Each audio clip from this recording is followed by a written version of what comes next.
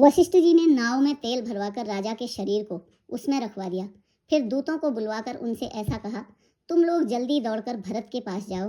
राजा की मृत्यु का समाचार कहीं किसी से न कहना। जाकर भरत से इतना ही कहना कि दोनों भाइयों को गुरुजी ने बुलावा भेजा है। मुनि की आज्ञा सुनकर दूत दौड़े। वे अपने वेग से उत्तम घोड़ों को भी लजाते हुए चले। जब से अयोध्या में अनर्थ प्रारंभ हुआ, तभी से भरत जी को अपशकुन होने लगे।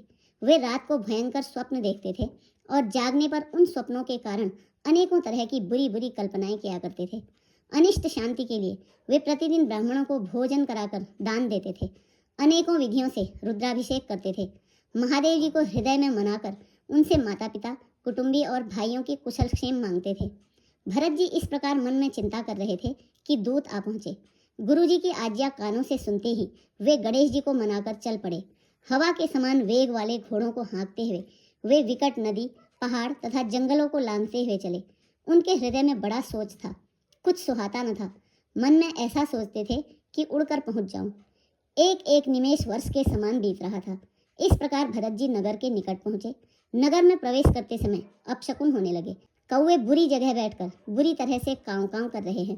गधे और सियार विपरीत बोल रहे हैं। यह सुन सुनकर भरत के मन में बड़ी पीड़ा हो रही है। तालाब, नदी, वन, बगीचे सब शोभाहीन हो रहे हैं। नगर बहुत ही भयानक लग रहा है। श्री राम जी के वियोग रूपी बुरे रोग से सताए हुए पशु पक्षी, घोड़े, हाथी ऐसे दुखी हो रहे हैं कि देखे नहीं जाते।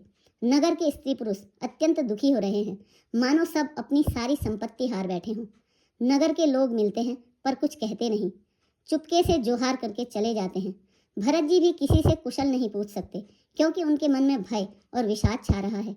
बाजार और रास्ते देखे नहीं जाते, मानो नगर में दसों दिशाओं में दावाग्नि लगी है। पुत्र को आते सुनकर सूर्य कुल रूपी कमल के लिए चांदनी रूप कैकेयी बड़ी हर्षित हुई। वह आरती सजाकर आनंद में भरकर उठ दौड़ी और दरवाजे पर ही मिलकर भरत शत्रुघ्न को महल में ले आई।